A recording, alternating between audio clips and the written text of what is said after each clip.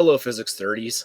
In today's lesson, we are going to 1. Describe quantitatively the phenomena of reflection and refraction, including total internal reflection, and 2. Describe qualitatively and quantitatively how refraction supports the wave model of light using sine theta 1 over sine theta 2 equals n2 over n1 equals v1 over v2 equals lambda 1 over lambda 2.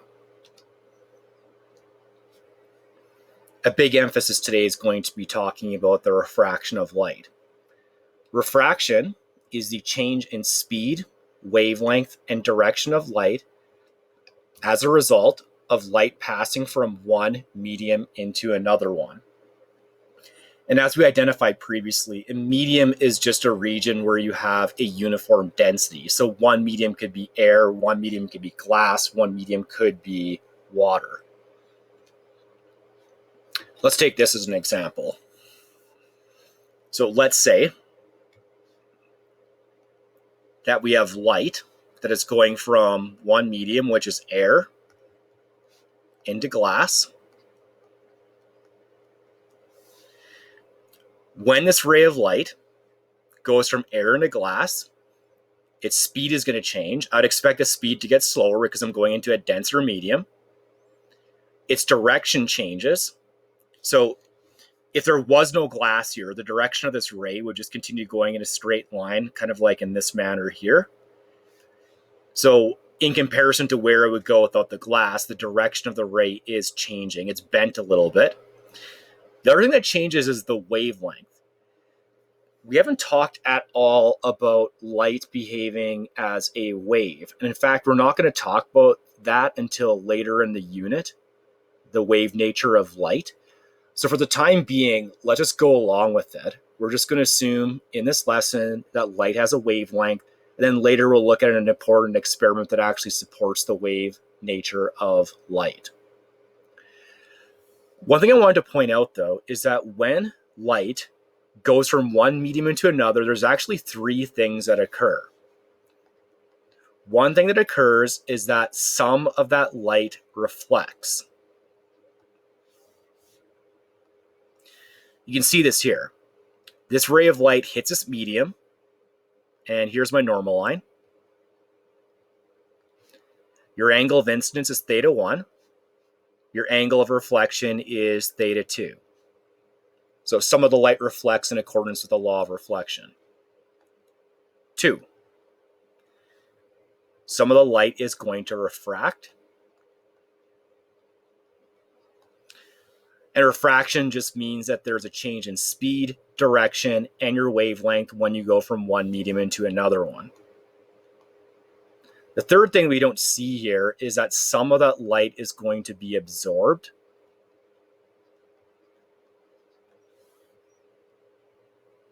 Light is a form of energy, and if you had sunlight shining on that glass throughout the day, I might expect that glass to be a little bit warmer. That's because it's absorbing some of that light energy. So anytime you go from one medium to another, like a little bit of all 3 of those things is going to occur. We want to introduce an important variable called the index of refraction, which is going to communicate some information regarding the nature of the medium that we are looking at.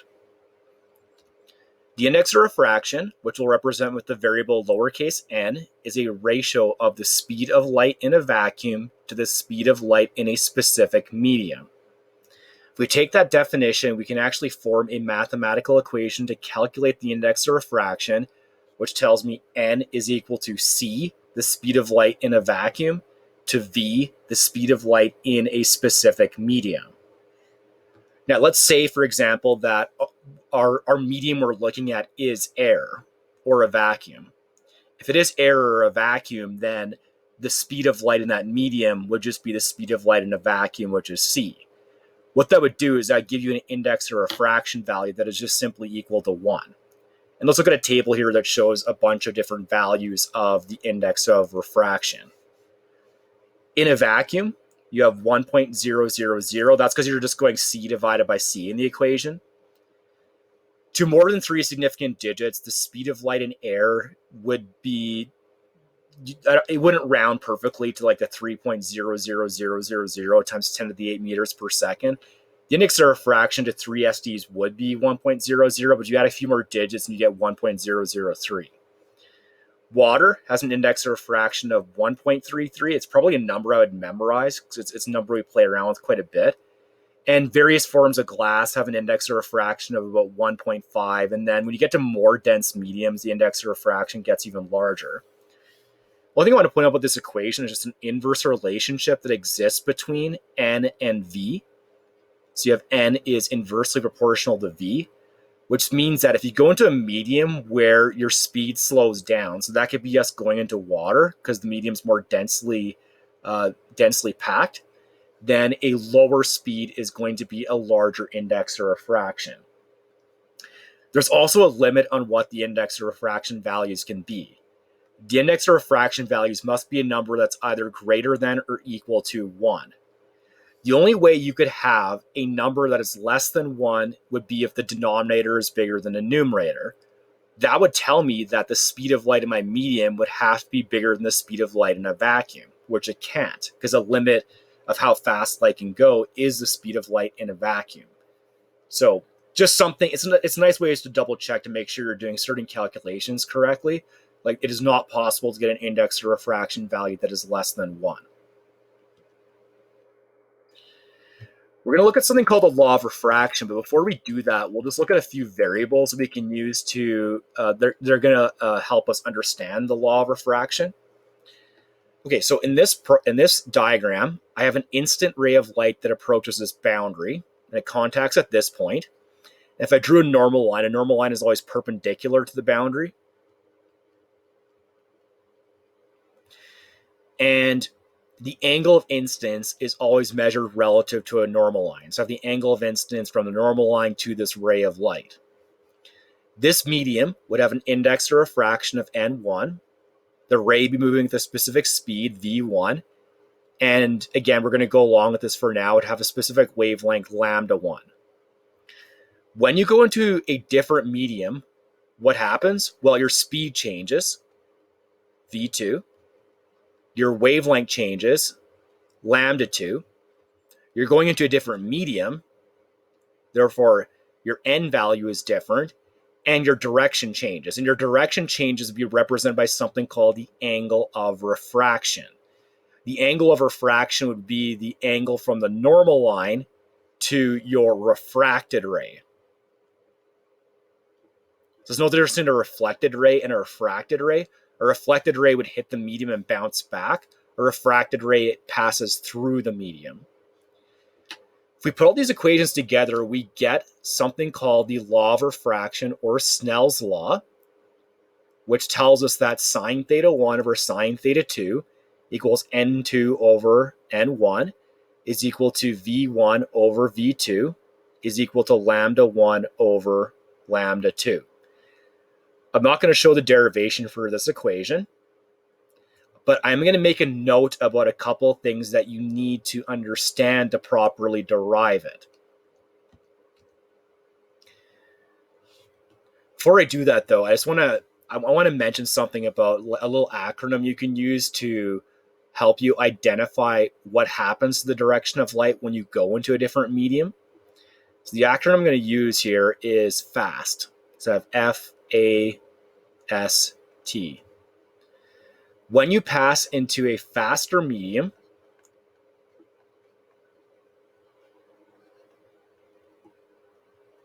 your ray of light is going to bend away from the normal line.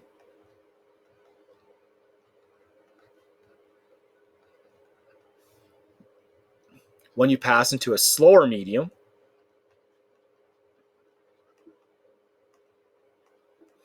your ray of light is going to bend towards the normal line.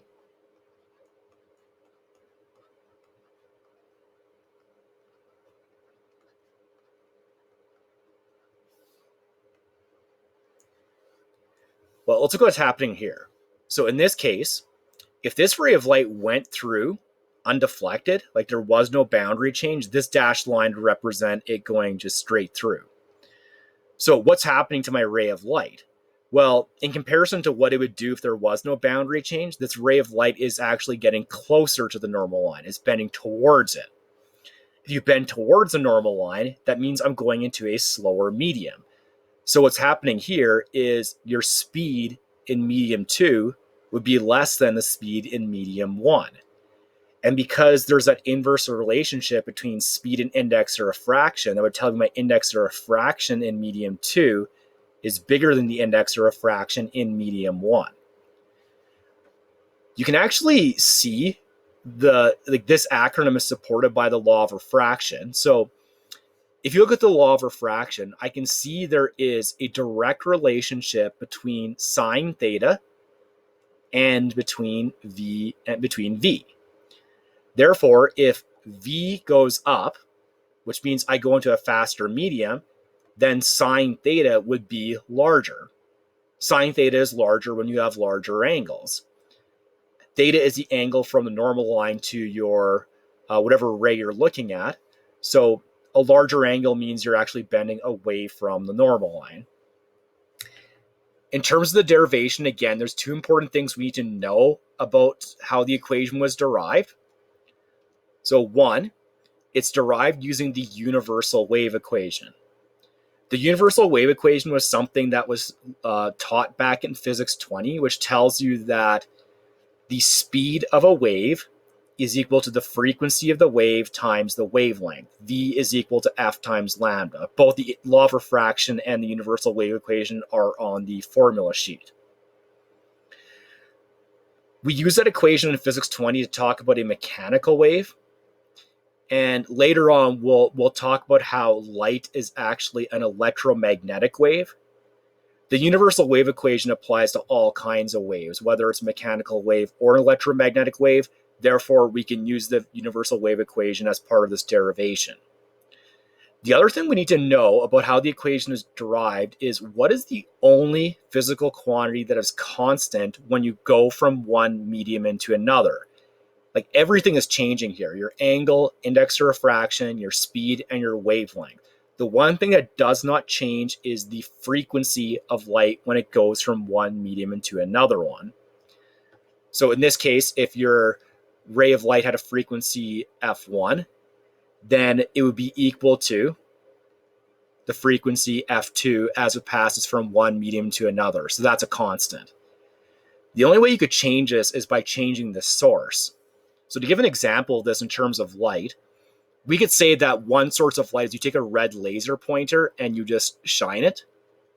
And then I change that to a different color of laser pointer. So that could be like a blue laser pointer.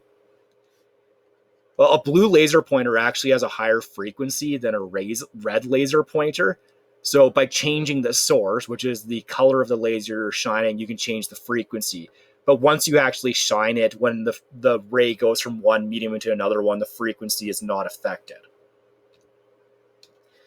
We're going to look at a couple of special cases of refraction. First of all, dealing with a situation where, okay, let's set this up. Okay, so what I have is I have one medium, air. Air has an index of refraction of 1.00. I have a ray of light that is going to approach a boundary change, which is represented by this vertical line, and we're going into glass. Glass has an index of refraction of about 1.50. And if you use that FAST acronym again, so what am I doing here? I'm going from air into glass. That's a slower medium, which means I should bend towards the normal line. Well, the normal line would be perpendicular to the surface, so that would be, let's use a different color. So this vertical line is my refracting surface. The normal line would be perpendicular to the surface. So what's happening to the ray when it enters this medium? Well, it's actually getting closer to the normal line. If you go closer to the normal line, bend towards it, it means that you're going into a slower medium. And then I have that ray of light, then exit that same medium. So we'll use another boundary to show this. Another vertical line. And if we draw the normal line once again, normal line is perpendicular to the surface. Well, what's happening here? Well, in this case, if this ray of light didn't go through a boundary change, then the ray would just emerge kind of along the straight line. So what happens here in relation to the normal line? Well, this ray of light is actually bending away from it. You bend away from the normal line when you go into a faster medium, and that's what happens when you go into air, which would have an index to refraction of 1.00. Okay, so what's happening is I am starting in one medium, I go through another one, and then I return into the exact same medium. In this case, the two sides of the medium are parallel to each other. So I could represent that with a couple of lines indicating they're parallel. So here's the one side of the boundary. This side is parallel to that side. What we notice is when light passes through a medium with parallel sides and then returns to the same medium back into air, the original ray is parallel with the emerging ray. Let's highlight this. So this one is your original ray or instant ray of light. This one is your emerging ray of light. It turns out that these two are parallel to each other. The instant ray and emerging ray are parallel as long as the sides of the medium are parallel and you return into the same medium. I'm going to use this to talk a little bit about a special case of thin optical lenses in the next lesson, which is part of the reason why I wanted to bring up this special case. Another example of this in terms of like where we observe this, well, our windows are an example of where you have like a plate of glass with two parallel sides. And this explains that when you look through a window, why the image you're looking at is not being distorted, because whatever direction the instant ray of light coming into the window is also in the same direction as the emerging ray of light that then goes into your eye, and that's how you perceive the image or perceive the actual object. So your image is not being distorted as a result of just having a plate glass window. The second application deals with a phenomenon called total internal reflection, and this is a little bit more difficult to explain. All right, so I have a light source that is underneath water, and I'm shining light from water into air. So what I'm doing here is I'm shining the light into, you're moving into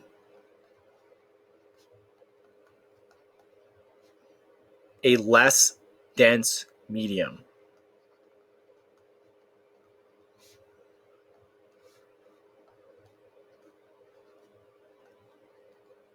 A less dense medium is a faster medium. Let's look what's happening in this picture. The first ray of light shows you what happens is if a ray of light hits the boundary perpendicular to the boundary. Now, if we draw the normal line at this position, so your boundary is horizontal, your normal line would actually be just perpendicular to it. And it turns out if you shine a ray of light directly along the normal line, it just passes through undeflected. The ray doesn't bend, it doesn't bend at all. Let's start to increase the angle of incidence though. So this here is the angle of incidence, which is theta 1. That's the angle from the normal line, which is this vertical dashed line, to your angle of incidence. Now, if we think of that fast acronym again, well, what happens when you go into a faster medium? Well, you bend away from the normal line. And I can see this. If you trace this ray as if there was no medium change, it would kind of like move in a line like this. And then what's happening to this ray in comparison to the normal line? Well, it's bending a little bit further away from it. And that's what happens when you go into a faster medium. Faster medium, we bend away from the normal line. Now we start to increase the angle of incidence. Now the angle of incidence is going to be 30 degrees.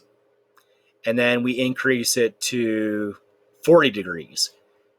And what I'm noticing here is that the refracted ray is starting to get closer to the refracting surface. So as I increase this angle, eventually like this ray is going to get closer and closer and closer to the refracting surface. In fact, at a very specific angle,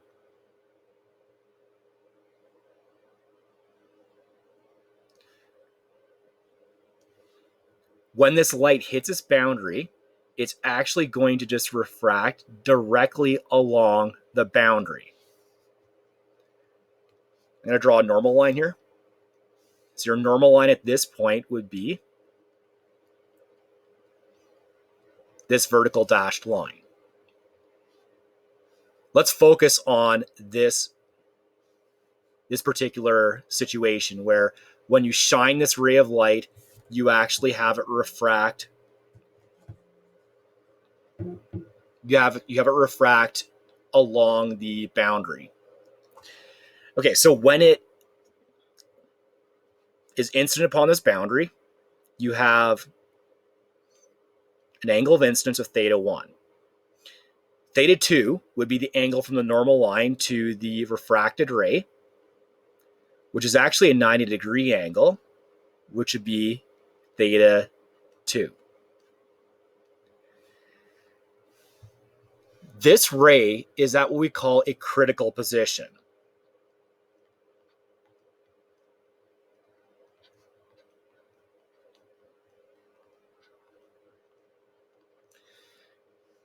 Your critical position leads to something called a critical angle.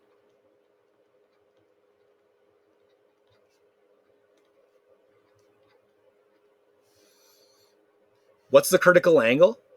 Your critical angle, which we're going to use theta c to represent, your critical angle is your angle of incidence when you reach this scenario where the angle of refraction leads to a refracted ray that refracts directly along the boundary. That's at a 90-degree angle. So with this purple ray I've drawn here, theta 1 in this situation would be the critical angle. So the critical angle is the angle of incidence that will lead to this special case where refraction occurs directly along the boundary. We can calculate this critical angle. So this critical angle, if we use the law of refraction, we'd have sine theta 1 over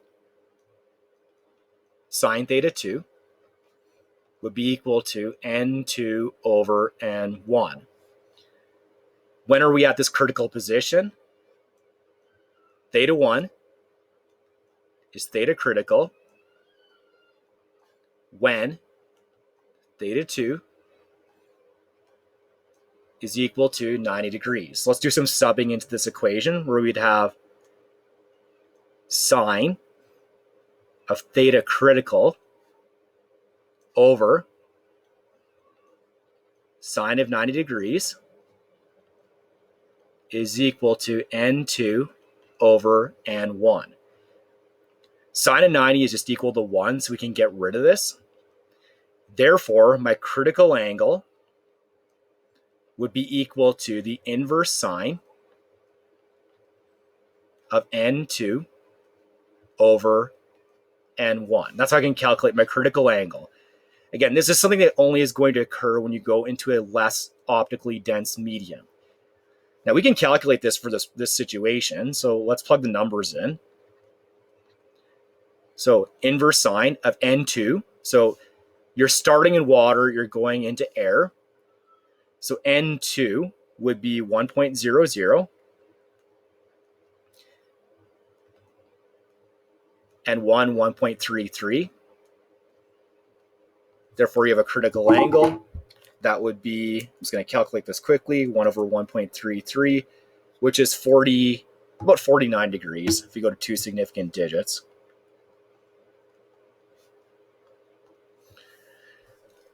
Now, this still is not the process of total internal reflection. So the critical point is it's the last point where refraction occurs. So I'm going to identify this critical position as being the last point of refraction.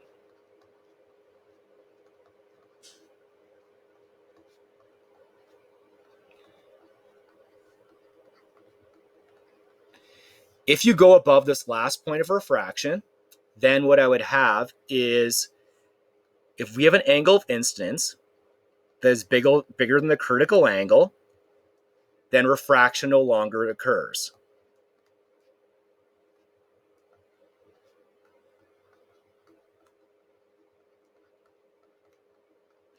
If no more refraction occurs, then what happens is we get reflection.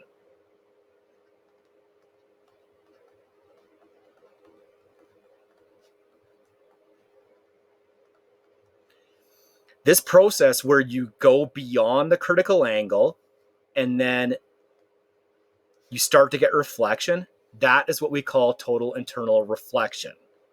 Okay, let's summarize everything I just went through here. I'm totally aware that that was quite complicated. Okay, so first of all, when can total internal reflection occur? First of all, it can only ever occur if you go into a less dense medium. If you go into a more dense medium, this is not something you need to worry about. Just a less dense medium.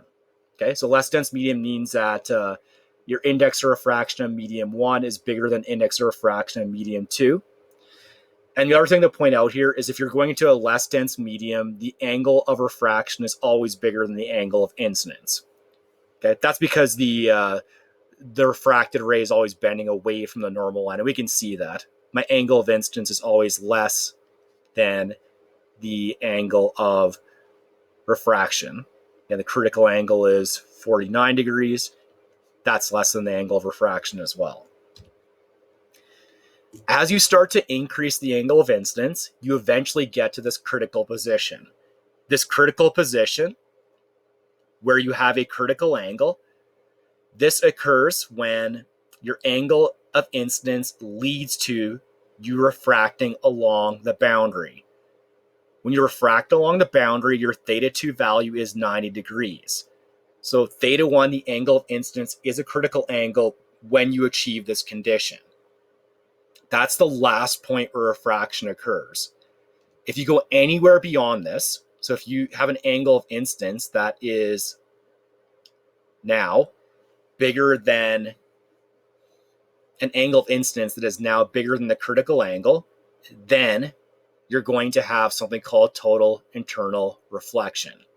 I'm going to change this here. I don't really like how this is worded. I would say when.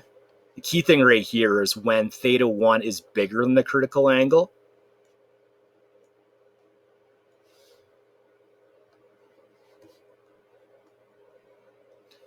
Yeah, when theta 1 is bigger than the critical angle, then you get reflection, and that's what we call total internal reflection.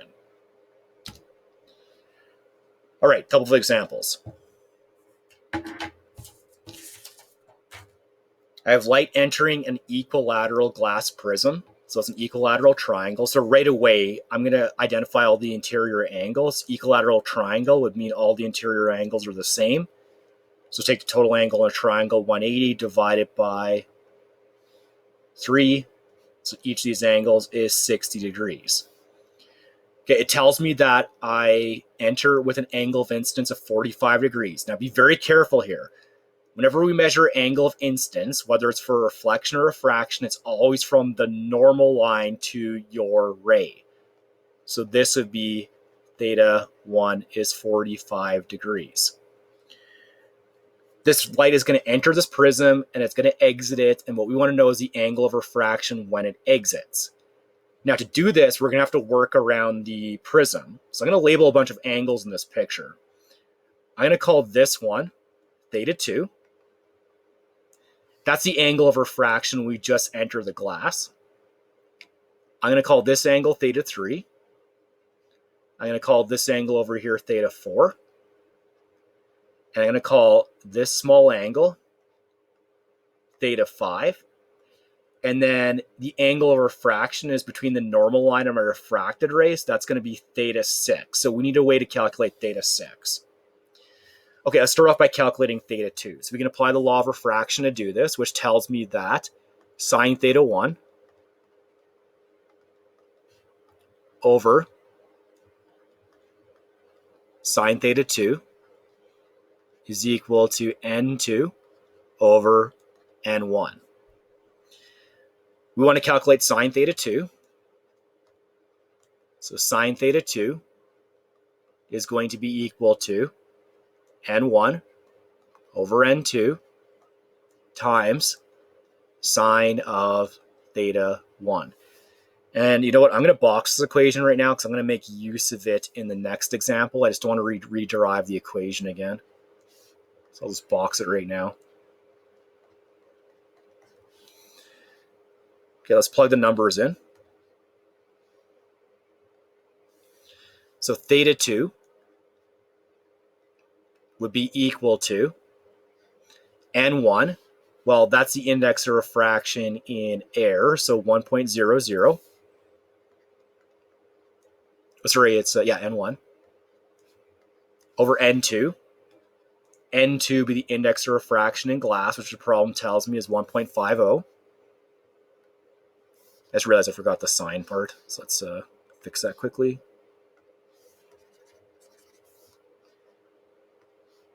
To get the angle, we got to calculate the inverse sine. So we have inverse sine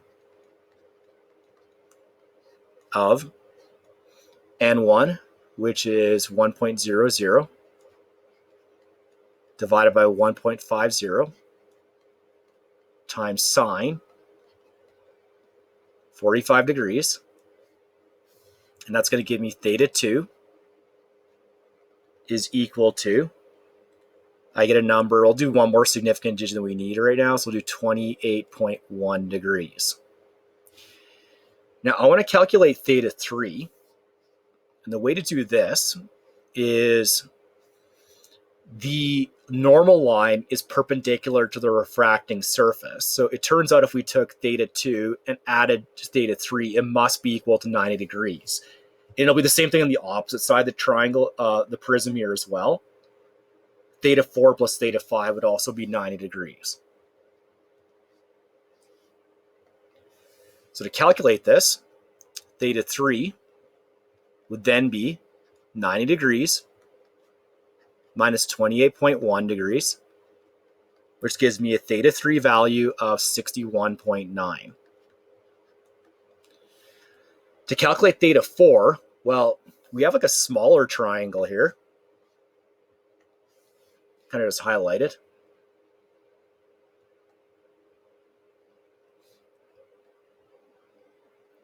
This triangle also needs to have your interior angles add up to 180 degrees. So to calculate theta 4 would be 180 degrees minus 60 degrees minus theta 3, which is 61.9 degrees. And that would be equal to 58.1 degrees. To get theta 5, well, again, we can make use of that right angle. So that'd be theta 5 would then be equal to 90 degrees, subtract 58.1 degrees, and this would be equal to 31.9. Now, to get out of from the glass back into the air, we have to apply the law of refraction again. I'm just going to change the subscripts this time around. So we're going to have sine theta 5 over sine theta 6 would be equal to n6 over n5. So n6, we're going back into air. To get the sine theta 6 by itself, you'd have sine theta 6 is equal to n5 over n6 times sine of theta 5. And now let's calculate theta 6. So theta 6 would be equal to the inverse sine of n5, which is 1.50, divided by 1.50 times sine of 31.9 degrees. And we'll write our answer to the nearest whole angle. Theta 6. Well, we should know what's going to happen right away. If we're going into a faster medium, we bend away from the normal line. That means my angle should be getting bigger. So it should be up from 31.9 degrees, and I have it jump up to 52 degrees.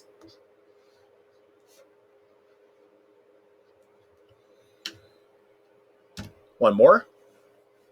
It says light makes an angle of incidence of 60 degrees. That's theta 1.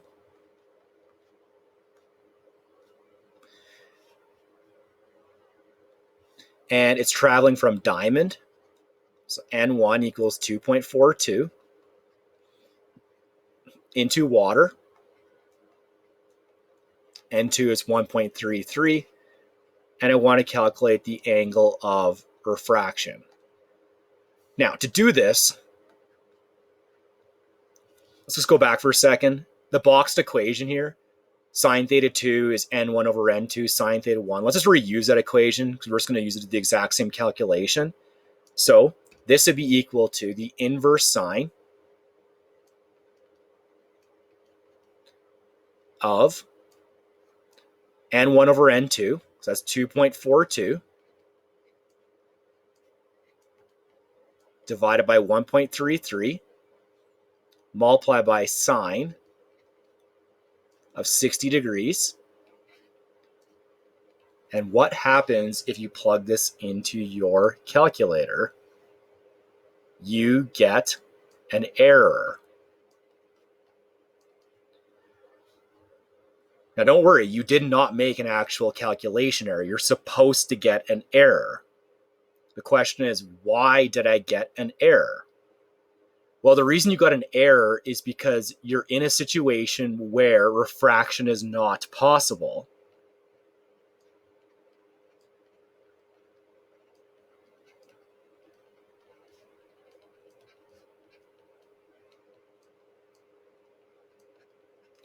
When is refraction not possible?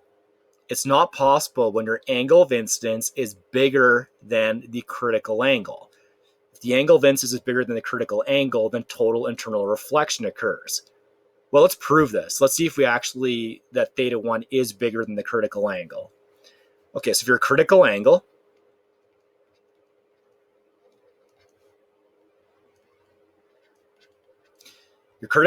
is the value of theta 1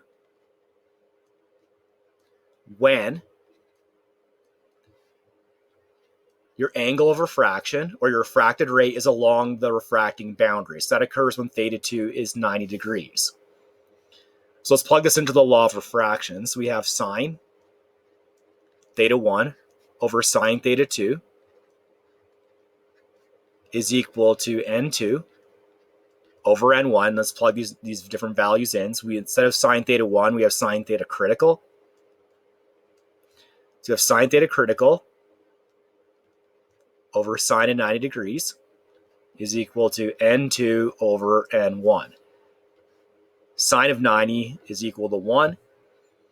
And therefore, to calculate my critical angle, your critical angle would be the inverse of N2,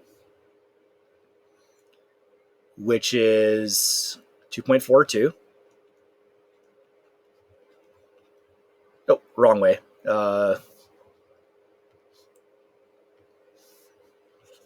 We're going into water. So this would be 1.33 over 2.42. And then we get a critical angle that is equal to 33 degrees. So what's the issue here? Well, since theta 1, which is 60 degrees, is much bigger than the critical angle. So again, that critical angle is the last time refraction can occur. Total internal reflection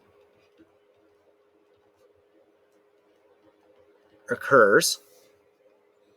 Therefore, refraction doesn't occur. The light reflects